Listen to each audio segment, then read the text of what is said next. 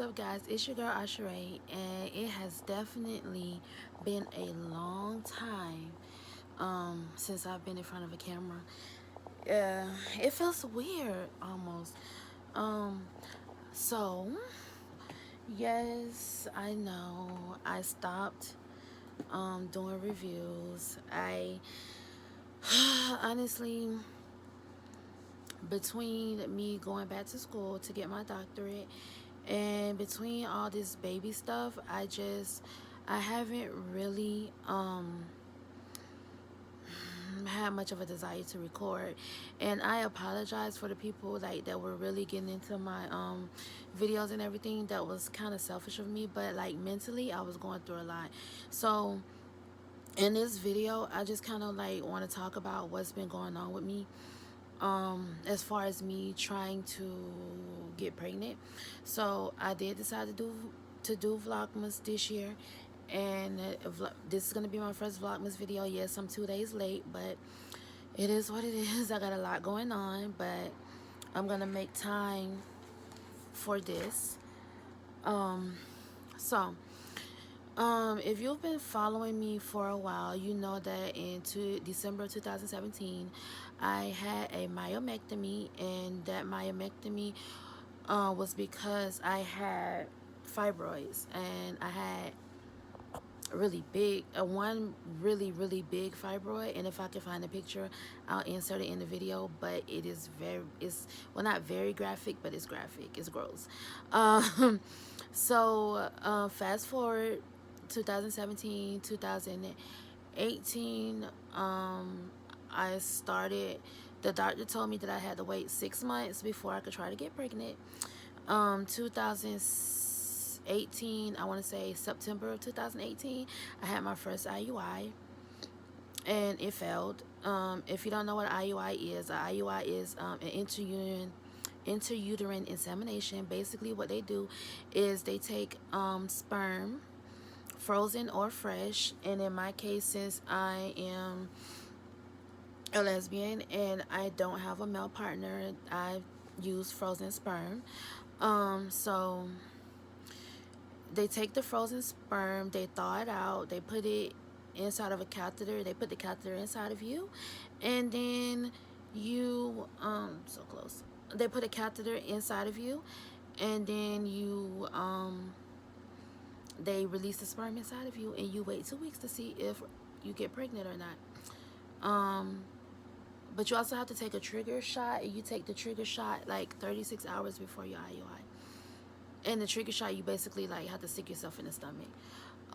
So I'm sorry if I'm looking like all over the place. I'm kind of nervous because I haven't done this in a minute. Um, so that was my first IUI, and it failed. And of course I was devastated. So, buying semen or sperm, whatever, is very expensive. It can go anywhere from $700 to over $1,000 just to buy one little itty bitty vial. It's like about that big of sperm. It's really expensive. Then you have to pay special shipping and handling, because they have to ship it in this special container, and that can range anywhere from $180 to $200. Now, mind you, none of this is covered by insurance at all. So I'm paying all of this out of pocket. I'm paying for my IUIs out of pocket. I'm paying for the semen out of pocket. All of my doctor's visits out of pocket. I'm paying for everything on my own. So after my first IUI failed, I decided to just hold off for a little bit because, like I said, I'm paying for everything out of pocket. I'm not as fortunate as other people to just be able to just say, oh, this is what I want, I'm gonna pay for it, I have all the money up front. No. So I waited I waited a little bit longer than I wanted to, but I had my second IUI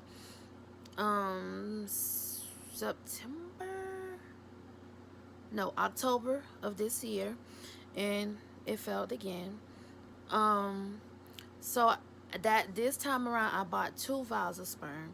So I said, okay, I'm gonna try again. So I just tried again, in this month, at the beginning of this month. And well, not at the beginning of this month, I'm sorry, it's a whole thing. Like, my cycle started at the beginning of this month, but I couldn't do an IUI until I didn't do my IUI until the 16th of this month. So unfortunately, it failed again. So I met with my doctor on Monday, and I have some options to go through. I'm sorry if the camera's like really, really close. I don't mean for it to be really close. Um, I have some options to go through. I can choose to do another IUI the regular way with just the Famara that I'm on that helps you produce follicles and a trigger shot, or I can do a trigger shot with injectables and hopefully that makes me produce more follicles, or I can do this new procedure that's called Infocell. And I don't know how I feel about that procedure because um, they basically, it's kind of like a IVF, but it's a little different. And instead of them incubating the instead of them incubating the embryos in the lab, they actually incubate the embryos inside of you. And so it's like this little plastic cup thing, and they put the embryos inside of it, inside of the thing, and they put the little piece back inside of the cup, and then they close the cup, and they put the cup, it's about this tall and about this thick, and they put it inside of you, and you hold it in you for 5 days, and then they take it out of you. And I don't know how I feel about that. The doctor was saying that some lesbian couples choose that because then both parties can feel like they're a part of the process, because the your partner can actually, I'm sorry if I'm moving the camera a lot, your partner can actually put the embryos inside of them, and you don't have to put them inside of you. But and the last option is IVF. And IVF ranges anywhere, when I was looking at the paper, from 15,000 to 30,000. It just depends on what procedure you choose. So, excuse me, what I've decided to do, even though I didn't want to, but I think I'm gonna have to. I think I've decided to just wait and save money and see about financing for IVF, because I just feel like I have more of a chance with IVF. Like, IUI is not guaranteed. They say that your chances increase with each try, but I haven't increased. My chances have increased. I've had 3 failed IUIs, and let me just say, I need to take a break mentally, because mentally it sucks and it's draining and it's frustrating, and you get your hopes up and then you get let down. So I don't think I want to go through that again. IVF is not guaranteed, but there is a better chance. They can get more embryos. They can freeze those embryos if you ever want to have more kids. And like, if it doesn't work the first time, you get a money back guarantee. Like, either they can give you your money back if it doesn't work, or they'll give you another IUI for free. So I mean, I have a lot of options, but I know like a lot of people started following me because, or started subscribe to my channel because of me talking about my infertility, my PCOS, my journey to becoming a mother. That's really why I first started this channel, and that was 3 years ago. And unfortunately, I'm still waiting to be a mom. I mean, I have Tori, but and I love him dearly, but I see less and less of him um because me and his mom are not together anymore. And she's not keeping him away from me, but I just feel like things are changing, and he's not him, but it just feels like our relationship is not the same. Me and his relationship is not the same anymore. So I mean, I just would rather just, just have my own baby. I would rather just have my own baby. And everybody's saying adopt, I know, but when you adopt, it's just like, and you can love the baby, and or you can love the child, but it's just something about me wanting my own child that I just really just, I'm willing to make whatever sacrifices I need to make. I'm willing to pay whatever money I need to pay just so I can have my own child.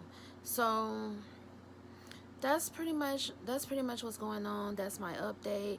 That's what's been going on with my fertility journey, fertility, infertility journey. I just, emotionally, I don't want to do another IUI right now. Emotionally, I don't want to try to get pregnant again right now. I'm just gonna focus on school, focus on getting through school, for, and then maybe in the summertime. Oh, and then the other reasons, because I'm under so much stress with my class, with my students. So maybe in the summertime, when I don't have any students, I don't have anything to worry about, I can just focus on me. So in the meantime, what I'm going to do is I'm going to start exercising, and I'm going to start dieting, and I'm going to try to lose some weight, so that when I do go back to do my IUI or my IUI or my IVF, whichever one I decide. If I do an IUI again, it's going to be an IUI with injectables. I'm not doing a regular, just plain cycle with Femara and the trigger shot. I'm going to do the injectable IUI. But if I don't do an IUI, I am going to do an IVF. And that's going to be in probably the end of May, beginning of June is when I'll start that process, giving myself some time to, lose some weight, get through most of my courses in school, because by August I have been in school for a year, and then I only have like a year and 7 months left. And then by that time, if I get pregnant around that time, I'll be pregnant for 9 months, and then I'll still only have a few months left of school. Well, yeah, I have like 9 months left of school or something like that. Like if I'm pregnant, if I get pregnant in August, and then I pregnant for 9 months, I have like a few months left of school.